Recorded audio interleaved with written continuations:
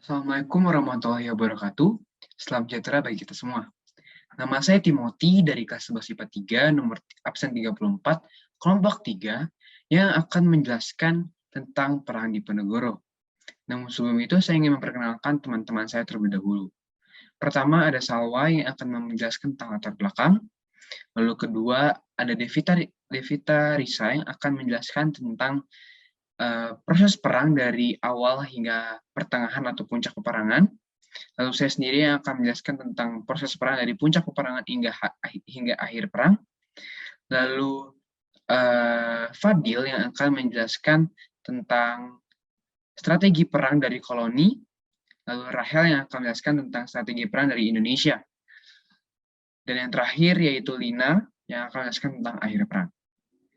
Selanjutnya akan dijelaskan tentang latar belakang oleh Salwa. Assalamualaikum warahmatullahi wabarakatuh. Perkenalkan, nama saya Salwa Salsabila Putri dari kelas 11 IPA 3, kelompok 3. Di sini saya akan menjelaskan latar belakang terjadinya perang di Diponegoro. Sekarang kita masuk ke pembahasannya. Pangeran Diponegoro merupakan seorang bangsawan yang memimpin Perang Jawa pada tahun 1825 hingga 1830. Perang ini merupakan salah satu pertempuran terbesar yang pernah dialami oleh Belanda selama masa kependudukannya di Nusantara. Latar belakang atau sebab dari perlawanan Diponegoro terbagi menjadi dua bagian, yaitu sebab umum dan sebab khusus. Sebab umumnya terbagi menjadi 5 bagian. Yang pertama, daerah Kesultanan Yogyakarta semakin sepi. Yang kedua, Belanda ikut campur tangan dalam urusan pemerintahan dan pengangkatan raja pengganti. Yang ketiga, kaum bangsawan sangat dirugikan karena sebagian besar sumber penghasilannya diambil alih oleh Belanda dan mereka dilarang menyewa tanah, bahkan diambil alih haknya. Yang keempat, adat istiadat keraton menjadi rusak dan kehidupan beragama menjadi merosot. Dan yang terakhir, yang kelima, penderitaan rakyat yang berkepanjangan sebagai akibat dari berbagai macam pajak, seperti pajak hasil bumi, pajak timbatan, pajak jalan, pajak pasar, pajak ternak, dan lain-lain. Nah, ada juga nih sebab khususnya, yaitu adanya rencana pembuatan jalan yang melalui makam leluhur Pangeran Diponegoro di Tegalrejo.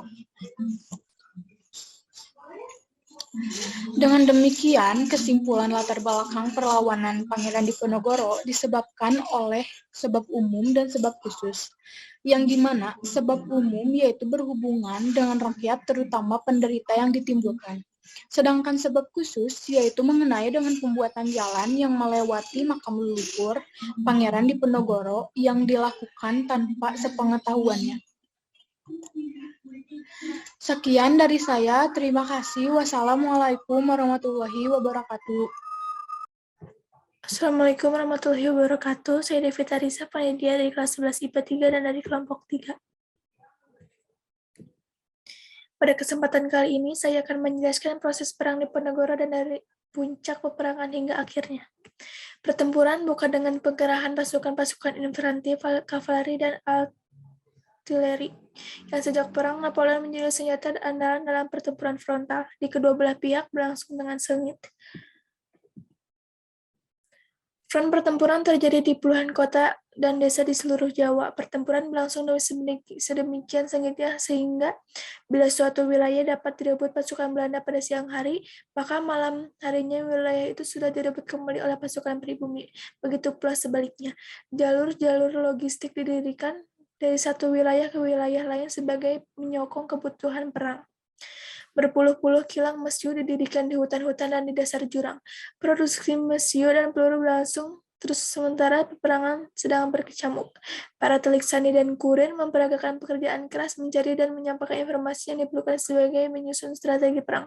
Informasi tentang kekuatan musuh, jarak tempuh dan waktu, kondisi area, curah hujan dan menjadi berita utama.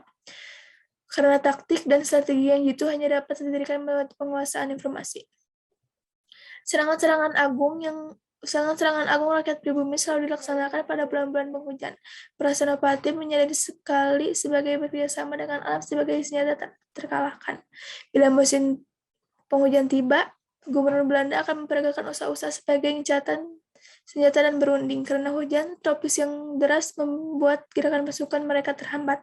Penyakit malaria, disentri, dan sebagainya merupakan musuh yang tak tampak, melembahkan moral, kondisi fisik, bahkan merenggut nyawa pasukan mereka. Ketika gencatan senjata terjadi, Belanda akan mengonsolidasikan pasukan dan menyebarkan mata-mata dan provokator mereka memperagakan usaha di desa dan kota, menghasut, memecah belah, dan bahkan menekan babak keluarga para pangeran dan pemimpin perjuangan rakyat yang berjuang di bawah komando Pangeran Diponegoro. Namun pejuang pribumi tersebut tidak gentaran tetap berjuang melawan Belanda. Sekian dari saya. Assalamualaikum warahmatullahi wabarakatuh. Proses perang Diponegoro. Pada kesempatan kali ini, saya akan menjelaskan proses perang Diponegoro dari puncak peperangan hingga akhirnya. Pertama, permulaan puncak peperangan. Pada puncak peperangan, Belanda mengerahkan semakin dari 23.000 orang serdadu. Dari suatu kemiliteran, ini adalah perang pertama yang melibatkan semua cara yang dikenal dengan sebuah perang modern. Tidak memihak cara perang buka atau open warfare, maupun cara perang gerilya atau guerrilla warfare, yang dilaksanakan melewati taktik hit and run dan penghadangan atau suppressing. Perang ini juga dilengkapi dengan taktik perang urat atau urat syaraf, cywar, melewati insinuasi dan tekanan-tekanan serta provokasi oleh pihak Belanda terhadap mereka yang terlibat langsung dalam pertempuran, dan kegiatan telik sandi atau spionase, di mana kedua belah pihak saling memata-matai dan mencari informasi tentang kekuatan dan kelemahan lawannya. Lalu terjadinya puncak peperangan. Pada tahun 1827, Belanda melakukan penyerangan terhadap Diponegoro dengan menggunakan sistem benteng sehingga pasukan Diponegoro terjepit. Lalu pada tahun 1829, Kiai Mojo, pimpinan spiritual pemberontakan, ditangkap. Menyusul kemudian Pangeran Mangkubumi dan Panglima utamanya Ali Basah Sentot Prawiro Dirjo menyerang untuk Belanda. Akibatnya pada tanggal 28 Maret 1830, Jenderal de Kock sukses menjepit pasukan Diponegoro di Magelang. Di sana Pangeran Diponegoro mencetuskan mau menyerahkan diri dengan syarat sisa babak laskarnya dilepaskan. Tanggal 8 Januari 1855, Pangeran Diponegoro ditangkap dan diasingkan ke Manado. Kemudian dialihkan ke Makassar sampai wafatnya di Benteng Rotterdam tanggal 8 Januari 1855. Lalu habisnya peperangan. Habisnya Perang Jawa merupakan akhir perlawanan bangsawan Jawa. Perang Jawa ini banyak memakan korban di pihak pemerintah Hindia, sebanyak 8.000 serdadu warga negara Eropa, 7.000 pribumi, dan 200.000 orang Jawa. Sehingga setelah perang ini, banyak masyarakat Yogyakarta menyusut separuhnya. Mengingat untuk beberapa orang keraton, Yogyakarta Diponegoro diasumsikan pemberontak, sehingga konon katanya anak cucunya tidak boleh lagi masuk ke keraton.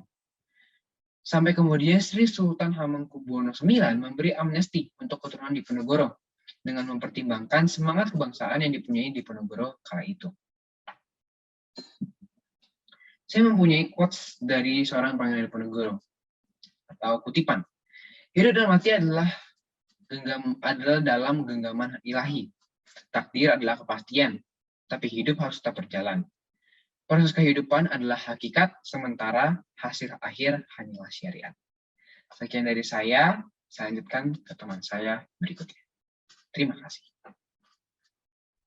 Selamat sore, nama saya Rachel Margareta. Pada kesempatan kali ini saya akan menjelaskan strategi Perang Diponegoro. Perang Diponegoro atau dikenal dengan sebutan Perang Jawa dalam bahasa Inggris di Java dan dalam Belanda di Java adalah perang besar dan menyeluruh berlangsung selama 5 tahun dari 1825 hingga 1830 yang terjadi di Jawa. Pangeran Diponegoro menggunakan siasat perang gerilya dengan berpindah dari suatu daerah ke daerah lainnya. Siasat perang yang dijalankan oleh pasukan Pangeran Diponegoro menyulitkan Belanda untuk menumpas pemberontakan tersebut. Siasat perang gerilya. Perang gerilya adalah perang yang dilakukan secara sembunyi-sembunyi, dengan kecepatan, sabotase, dan biasanya dalam kelompok kecil, tapi sangat fokus dan dekat. Perjalanan berjaya artinya pasukan yang melewati sungai, gunung, lembah, dan pulau hutan. Para pejuang gerilya juga melakukan penyerangan ke pos-pos yang dijaga Belanda atau Satpol. Gerilya yang dilakukan pasukan Indonesia adalah strategi perang untuk memecah konsentrasi pasukan Belanda, sehingga membuat pasukan Belanda kewalahan, apalagi penyerangan dilakukan secara tiba-tiba dan cepat. Taktik gerilya Jenderal Sudirman juga digunakan sebagai sarana pengembangan semangat persatuan tentara Indonesia. Strategi perlawanan di Indonesia. Strategi ini dilakukan bersama rakyat dengan membangun pertahanan di Selarong, tepatnya di sebuah gua. Hal-hal yang dilakukan ialah, yang pertama, merencanakan serangan kepada Jakarta. Yang kedua, mengirim kurir kepada para bupati atau ulama. Yang ketiga, menyusun daftar lalu bangsawan. Yang keempat, membagi kawasan Kesultanan Yogyakarta.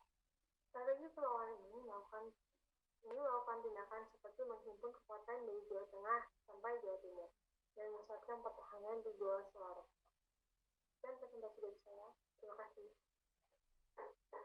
Halo, perkenalkan nama saya Fadil Adiningrat dari kelas IPA 3. Kali ini saya akan menyampaikan perang di Ponorogo.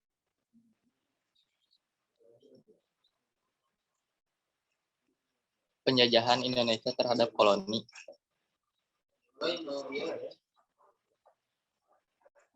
Strategi benteng stelsel Belanda. Pada tahun 1827, Jenderal de Kock menerapkan perang baru yang dikenal dengan nama benteng stelsel atau siasat banteng. Tujuannya adalah untuk mempersempit ruang gerak pasukan di Ponorogo dengan dihubungkan jalan agar komunikasi serta pergerakan pasukan bergerak lancar dan mendirikan pusat pertahanan berupa benteng. Di daerah yang telah dikuasai, ternyata taktik ini membuat pasukan di Ponorogo terjepit. Sekian dari saya dan